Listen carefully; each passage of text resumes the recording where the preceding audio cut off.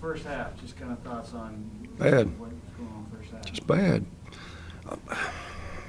I hate to be so redundant, and it's not coach speak. It's not because I don't want to tell you the truth. I'm going to tell you the truth. I tell them the truth. They don't like it, and I'm hoping that they'll respond to it. We've now played 3 games in 7 days. What is our identity? Could you write a column on our identity? I couldn't. What are we good at? Where are we at our strengths? Well, if we can be disruptive defensively, we can get people out in the open floor, and we're pretty good in the open floor. And we're long and we're athletic. But to play that way, you have to play at maximum capacity. You can't play the way that this team is built to play in third gear. And yet, our guys want to play it in third gear. Why? Because they're human beings, and what do human beings want? Comfort. They're always looking for the path of least resistance, you know. And in basketball, I've got to get them past that. I really do. And that's my responsibility. But to our guys' credit, second half I thought were tremendous. Got out in the open floor, and then we just kind of want to cruise, and we don't finish the game the way that I want to. We're missing way too many shots, man. I thought this team would be a better perimeter shooting team. I thought it was built to be a better perimeter shooting team than last year's group.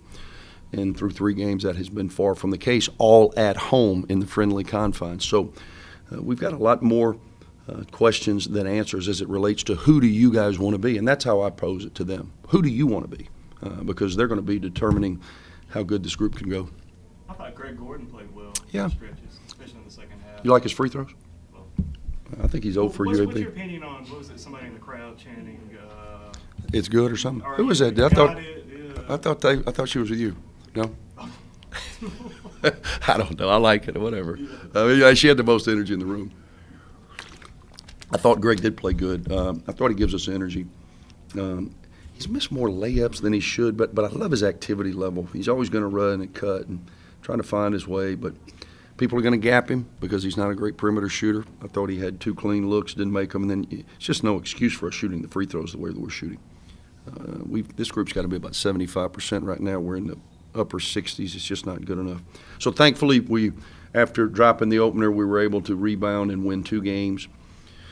So now we've got a lot of tape. We can really learn if our guys are receptive to learning. Hey, Coach, right before the second half, you were pretty, or right before the first half ended, you were pretty visibly frustrated with Yaks. And then second half starts, he's on the bench. What was the message in the half? I need him to be more assertive. He didn't take a shot for the first 7 minutes of the game. He's the preseason player of the year. He's a preseason All-American by some publications. Those guys need to be the alphas. Again, that's part of the transformation of Yaxel. He played Division I basketball for the first time last year. You guys didn't even know who he was this time last year, right? He didn't really do anything to garner your attention. Evolved into a terrific player. A lot of expectation in this year. Well, you've got to take the next step in your maturation. You've got to be the alpha. You've got to be the guy that settles things down. Give me the ball. I'm going to put us where we need to be. And I was just trying to encourage him to do that. I just wasn't pleased. I mean, he had 0 offensive rebound, or maybe he had 1 offensive rebound in his last game. He had 1 offensive rebound in this game. I would dare to say as long as he's been playing basketball, forget college basketball, but as long as he's been playing basketball, him only having 2 offensive rebounds speaks a little bit to his standing on the perimeter and watching. And we need Yaks engaged. He has 22 points, 8 rebounds, 5 assists, and again, 9 for 10 from the field. But I think there's a lot more that he can give, and this team needs that.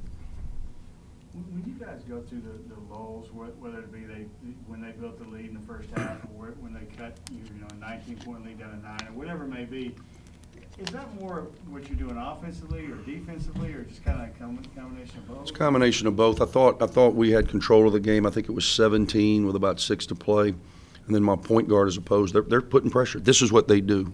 This is how they're going to play and compete in their league. So they're going to continue to keep coming. And then I got a guy that doesn't really want to cut to get open, and I said, this ain't going to be a good possession because he got it. They bring 2 at him. We throw the ball away. We just lose our edge. We lose our edge. And again, I'm playing. You guys can see I'm playing 9 guys right now. Everybody's got an opportunity to move up or down in the rotation. I think Tony, if you had to tell me who the MVP of the game was, I would probably say him.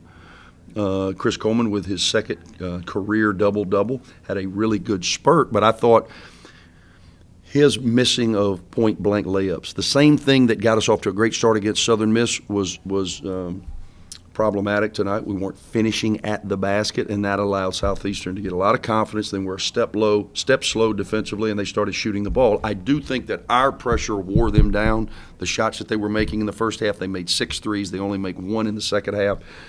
Huge key in the game. How big is next week's practice before you? Because now you have some time to sort of digest. Analyze, no doubt. And the reality is, everybody kind of goes in with a plan. Until you play someone other than yourself, it's hard to really know what translates to game action. So now 3 games, 7 days, we've got a lot of information. We've had different guys play well. We've had different guys not play to the standard that I think they're capable of. So it's a huge week for us in going on the road for the first time against High Point. And I know a lot of people like High Point. Well, High Point is a really good basketball team. We'll have to play. And we've had moments. I think tonight I would say against Vermont it wasn't many, maybe 12, 14 minutes of the 40 where I thought that was who we are. And then against Southern Miss, it was probably 30, 32 of those minutes. That's who we are. And then tonight it was probably in that 20 range, 20, 22. I think we're going to have to put those segments of play together and play our best 40 minutes to have a chance to go and win on the road on Friday. And how do you prep the team for their first true road game? The good thing is we have taken 2 road trips in the scrimmage stuff. So we went and so we have replicated what it's like on the road. First time we're on a plane. Some of these guys, I don't know. I mean, to be honest with you, like literally, when I say that now, I'm thinking, got to make sure guys have IDs. I don't even know if they have ID. We got to make sure they got IDs and they can't pack liquids. Is that still a thing? Yeah. Okay. I'll be sure to write down a to-do list. Thanks, guys. 2 rebounds short of a double-double. Yeah, my mom's going to be very disappointed. Yeah. Speaking of your mom, was your whole family here today? Were they here all week? Was your family here this week? Oh, no, they came in yesterday, and I Okay. got to spend time with them, yeah. How many times have they watched you play in college? They've only seen me last year's first game and in March Madness, and then this year as well. So, yeah, that's all. What's it like having them out there today? Like, I saw you having fun with them after the game and stuff. What's that like? Yeah, it's amazing. I was having visions, of just like scoring the ball and looking at them, seeing my mom cheer, and she wanted me to make a 3 and like, point at them, and it happened. So I was really excited about it. Just feel a little like weight off my shoulders that I can accomplish something like that. So, and hopefully there's many more to come. Yeah, it was obviously a slow start, but what was the message at half from Andy Kennedy? Man, oh man. That guy, he came in there fired up. He talks about the word edge. He screamed it at the top of his lungs like 6 times in a row. And that's just like, if you don't get edged up after that, then you're doing something wrong, So, yeah, he came in with a lot of fire, and then he brought it into me and then, put it out on the court. Yeah, 'cause what are the emotions like coming from where you used to play, being here in Birmingham, and every time you score, hearing the entire student section screaming your name? It's amazing. I love the energy here. I love the support I'm getting here. I feel like there's no better place to play than here, and I'm very thankful and grateful that those students and fans out here are really, doing the best they can to cheer us on. Hey, X, what do you attest the slow starts these last couple of games? Is it just continuity building between the new guys coming in, or what would you attest that to? I feel like we're just not prepared. I feel like we're underestimating our opponents as well, because everybody just wants to play against the big names like, Kansas, Duke, and stuff like that. So whenever you hear like a name that you're not really real familiar with, you start to think like, yeah, we're better than them. We don't have to try, and that's not the case. AK tries to force that upon us as well, but some of us have egos. I'm not gonna lie, but eventually we'll learn that we can't underestimate nobody, and we got to play our best game every game. One thing AK was just talking about was in the last 2 games you'd have 1 offensive rebound each game, and that's got to change, type stuff. Do you sort of see that and kind of what's going on in the offensive side? Well, this offseason I've been struggling with a lot of ankle injuries, and many of them have come from trying to get an offensive rebound. So right now I feel like I'm just playing a little scared and timid. I don't want to hurt it again because they're kind of weak right now. But that's not an excuse. I have to go and just stop playing with fear, I guess. Yeah, but hopefully it'll come back to me. And guys like CC stepping up, getting another double-double. How does it feel to see him perform well? I love that. I've been a fan of CC forever. Seeing him in JUCO, I seen a video of him and I was like, wow, like that man's great. And playing with him is even better. We're both two like pretty much same height, athletic guys that want to be guards. So and whenever we have a chance to see him do his thing, I'm really excited about it. Just brings love to me. What, just overall, what do you feel like the difference in the second half compared to the first half? Particularly the first 10 minutes of the second half. What was the difference you think? Defense and the offense. We have to figure out that that's who we are. We're a fast-paced team. AK wants us to run every time we get the ball, no matter who has it. Even if you're out of breath, just go. You can hear him screaming it every time. So I feel like if we start doing that more often, we can be a really good team and just play to our strengths. How excited are you?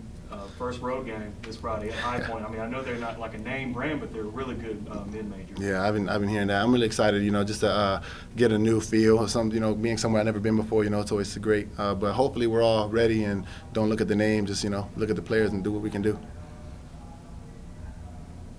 Thanks, Jackson. Thank you, guys. Appreciate it, Jackson. Thank you.